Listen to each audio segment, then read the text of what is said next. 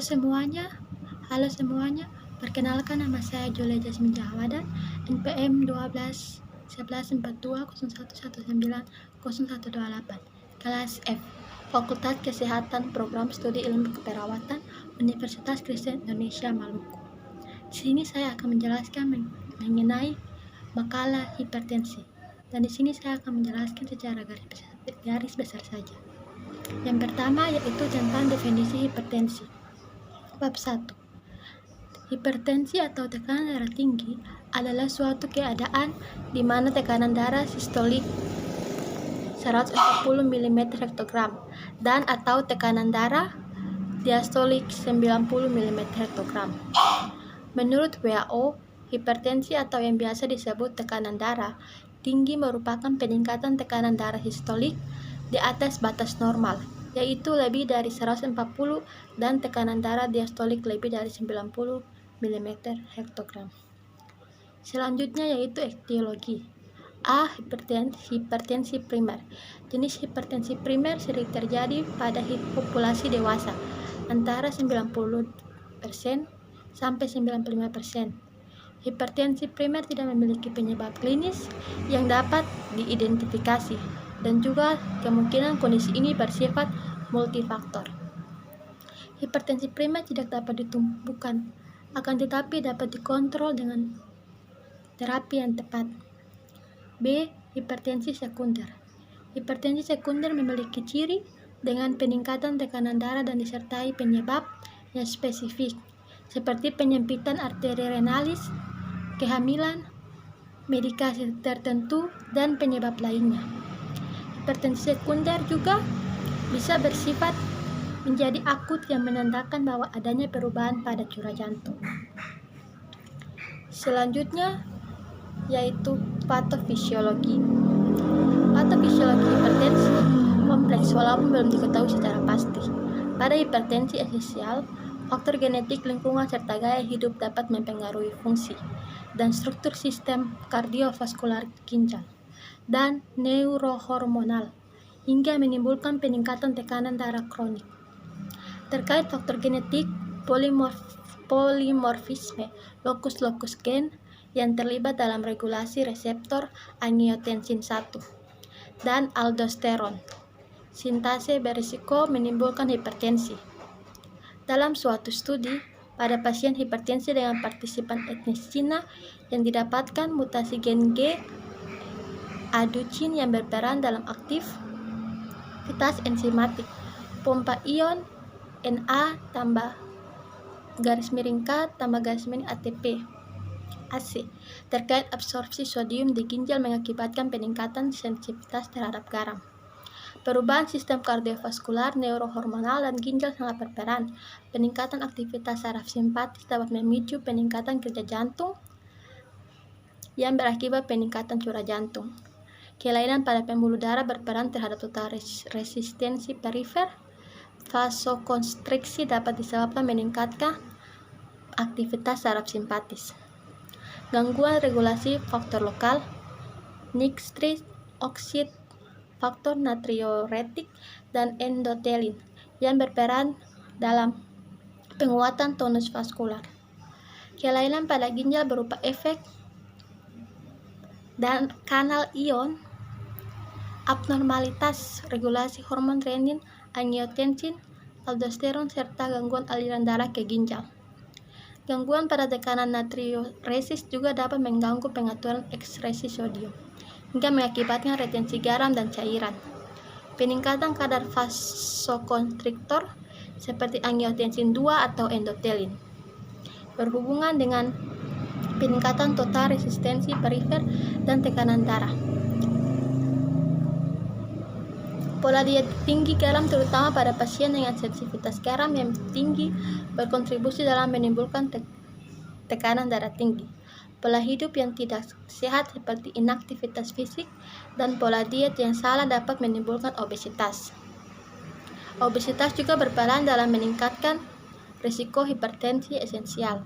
Sebagaimana suatu studi menunjukkan, penurunan berat badan diikuti penurunan tekanan darah. Obesitas dapat memicu hipertensi melalui beberapa mekanisme, di antaranya kompleks ginjal oleh lemak retroperitoneal dan visceral. Selanjutnya yaitu kita masuk ke bab 2, yaitu kasus asuhan keperawatan. Yang pertama yaitu pengkajian. 1. Biodata pasien. Identitas pasien: nama Nyonya M, umur 55 tahun, jenis kelamin perempuan, status perkawinan janda atau kawin, agama Islam, pendidikan tidak bersekolah, suku Jawa asal Jawa, alamat Bogor, diagnosa medis hipertensi, tanggal masuk 12 Agustus 2006, tanggal pengkajian 16 Agustus 2006. Yang kedua yaitu identitas penanggung jawab. Nama Tuan A, umur 30 tahun, jenis kelamin laki-laki, pekerjaan tani, hubungan dengan pasien anak. Yang kedua yaitu riwayat kesehatan. A. Keluhan utama. Pasien mengatakan nyeri kepala, mata kabur, kaki terasa kaku, tangan kiri tak dapat digerakkan. B. Riwayat pasien penyakit sekarat. Pasien menderita hipertensi dengan tekanan darah 200/120 mm/gram. C. Riwayat penyakit dahulu. Pasien punya penyakit hipertensi sejak 2 tahun yang lalu dan tidak rutin kontrol. D. Riwayat penyakit keluarga. Dalam keluarga klien tidak tahu ada yang menderita hipertensi. 3. Pola pengkajian fungsional.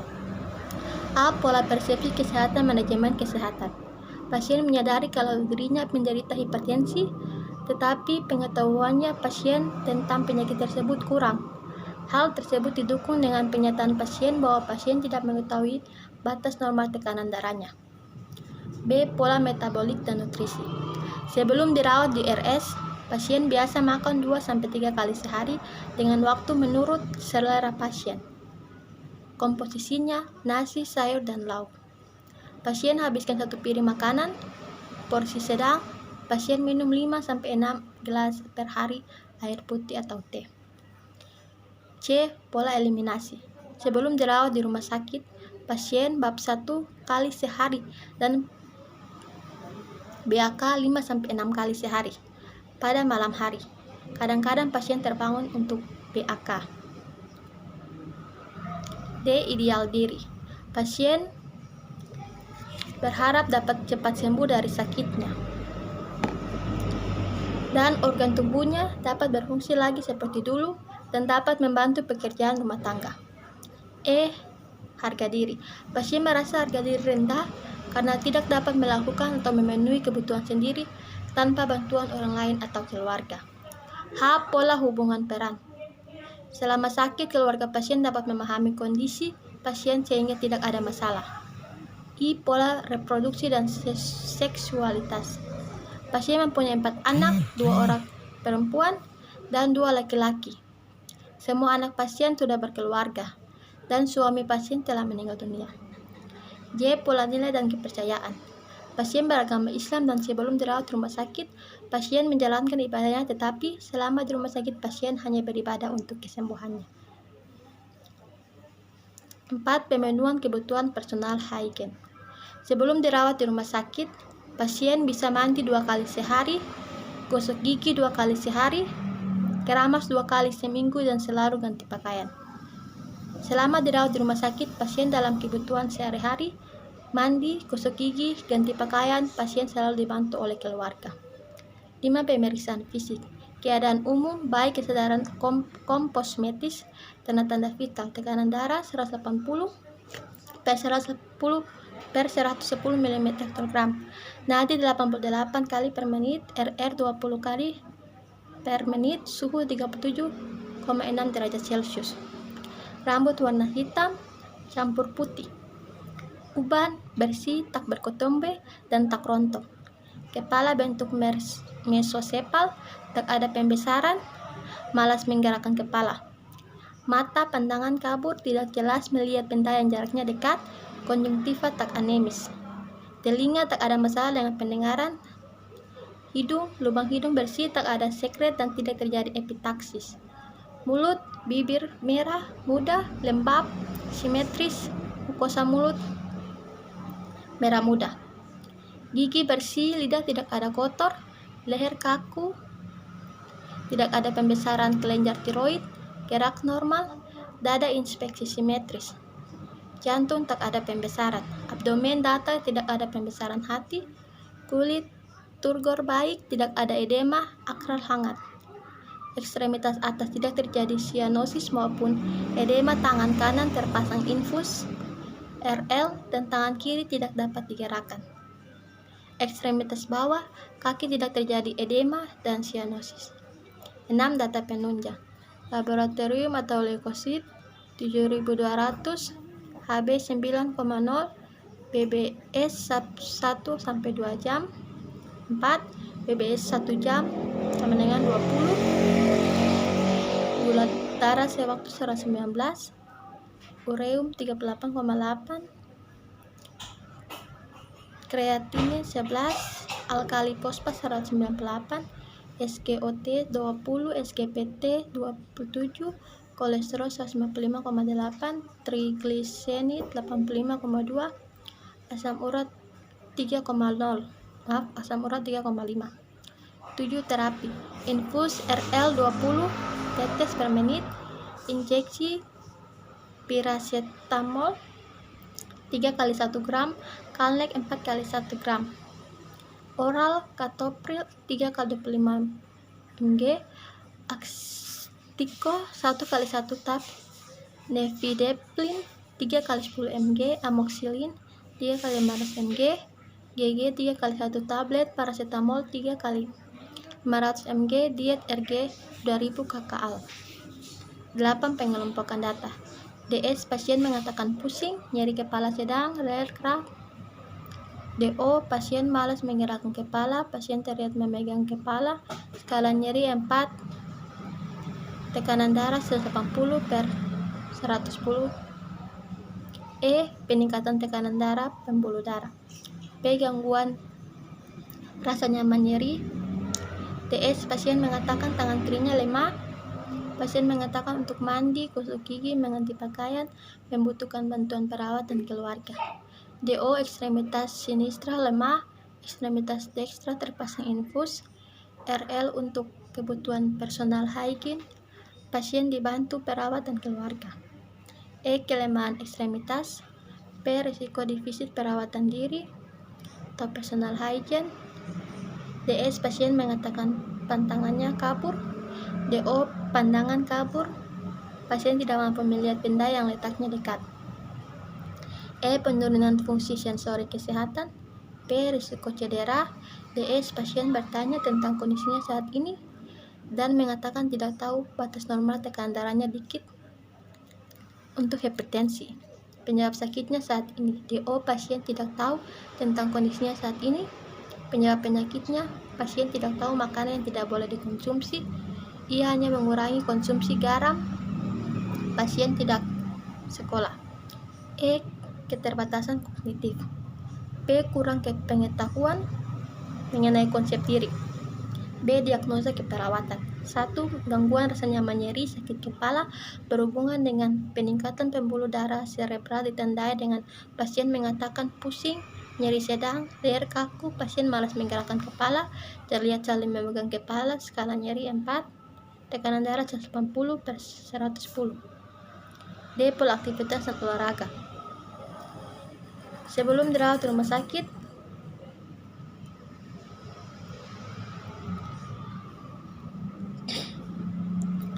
langsung masuk pada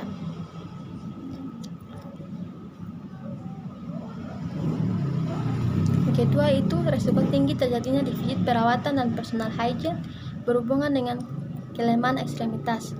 3. Risiko tinggi terjadinya cedera berhubungan dengan penurunan fungsi sensori penglihatan, pandangan kabur. 4. Kurang pengetahuan mengenal kondisi diri berhubungan dengan keterbatasan kognitif ditandai dengan pasien bertanya tentang kondisinya, pasien tidak tahu batas normal tekanan darahnya, pasien tidak tahu tentang diet hipertensi. C. Perencanaan. DX 1. Gangguan rasa nyaman nyeri, sakit kepala berhubungan dengan peningkatan tekanan pembuluh darah serebral ditandai dengan pasien mengatakan pusing, nyeri kepala, Leher kaku, pasien malas menggerakkan kepala, pasien terlihat memegang kepala, sekarang nyeri 4, tekanan darah 150/110. Tujuan setelah dilakukan tindakan keperawatan selama 1x24 jam, diharapkan nyeri berkurang. Kriteria, pasien mengatakan nyeri berkurang, sekarang nyeri 2, nyeri ringan, leher tidak kaku, tekanan darah 120/130/90. Intervensi 1. Pertahankan tita baring fase akut. 2. Bantu ambulansi sesuai kebutuhan. 3. Kolaborasi pemberian diet lunak rendah garam. 4. Minimalkan aktivitas yang dapat meningkatkan sakit kepala. 5. Monitor tanda-tanda vital.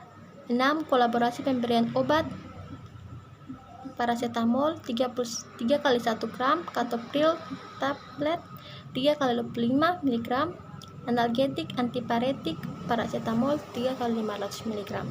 7. Anjurkan pasien tidur tanpa bantal. 8. Kaji ulang skala nyeri. DX2, risiko tinggi terjadinya divisi perawatan diri, gangguan personal, hygiene, berhubungan dengan ekstremitas. Tujuan setelah dilakukan tindakan keperawatan selama 3x24 jam, kebutuhan perawat diri pasien, personal hygiene sehari-hari terpenuhi. Kriteria, pasien mampu melakukan aktivitas perawatan diri, personal hygiene dan dalam tingkat kemampuan sendiri. Pasien menunjukkan kemampuan untuk menggunakan alat bantu untuk kebersihan diri, kekuatan otot meningkat. Selanjutnya itu intervensi. 1. Kaji penampilan pasien, merawat diri, gosok gigi, berpakaian, mandi, BAB, BAK, bantu pasien untuk mandi, BAB, gosok gigi, dan berpakaian.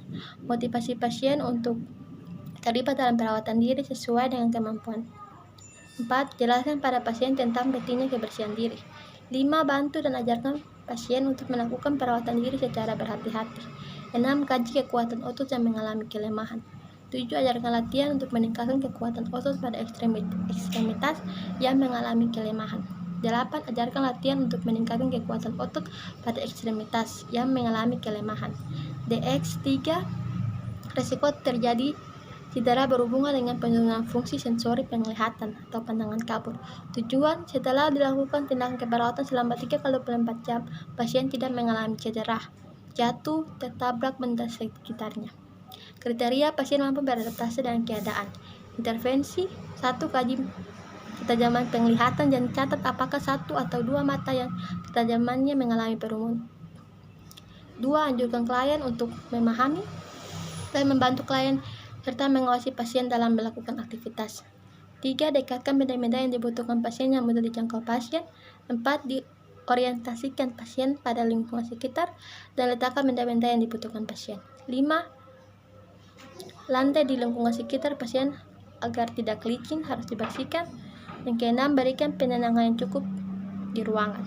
DX4, kurangnya pengetahuan mengenai kondisi berhubungan dengan keterbatasan kognitif ditandai dengan pasrah bertanya tentang kondisinya. Pasien tidak tahu batas normal tekanan darahnya, pasien tidak tahu tentang diet hipertensi, pentingnya rajin kontrol penyebab sakitnya. Saat ini pasien tidak sekolah. Tujuan setelah dilakukan tindakan keperawatan selama 1x30 menit, pasien mengerti tentang kondisinya, pasien tahu batas normal tekanan darahnya, pasien tahu tentang diet hipertensi, pentingnya rajin kontrol dan penyebab dari sakitnya saat ini.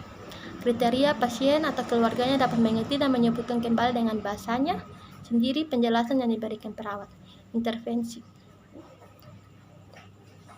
selanjutnya yaitu implementasi.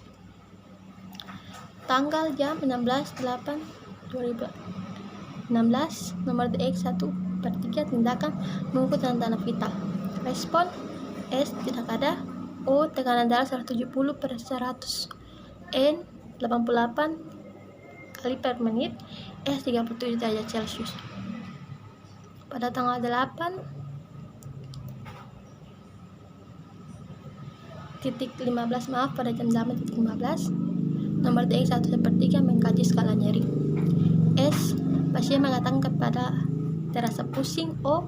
Pasien malas menggerakkan kepala, pasien terlihat sering memegang kepala, skala nyeri 4.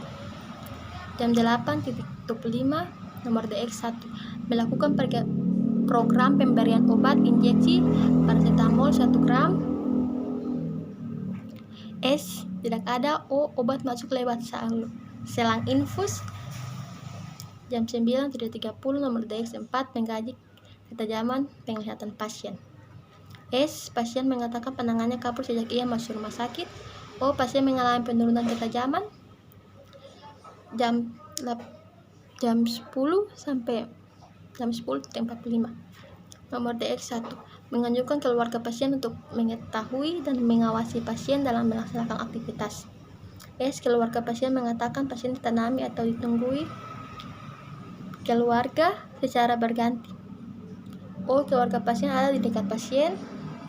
Jam 12 tepat. Nomor DX 1 kolaborasi pembelian diet rendah garam 200 kcal dengan pemberian obat oral captopril 1 tab 25 mg, Davidilin 1 tab 10 mg, amoxicillin 1 tab 500 mg, paracetamol 1 tab 500 mg, GG 1 tablet. S. Pasien mengatakan minta disuapi anaknya. O. Pasien makan disuapi anaknya. 12:30 nomor DX 1/3 mengukur tanda-tanda vital. S. Tidak ada. O. Tekanan darah 170/100, N 88 kali M. Saya menjelaskan secara garis besar saja. Selanjutnya yaitu evaluasi.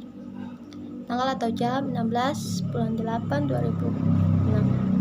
Nomor DX 1 evaluasi. S. Pasien mengatakan sudah tidak pusing lagi dan leher sudah tidak kaku lagi. O. Pasien tidak malas menggerakkan kepala dan tidak memegang kepala pada skala nyeri 2, tekanan darah 160/100 mg. N 80 kali per menit.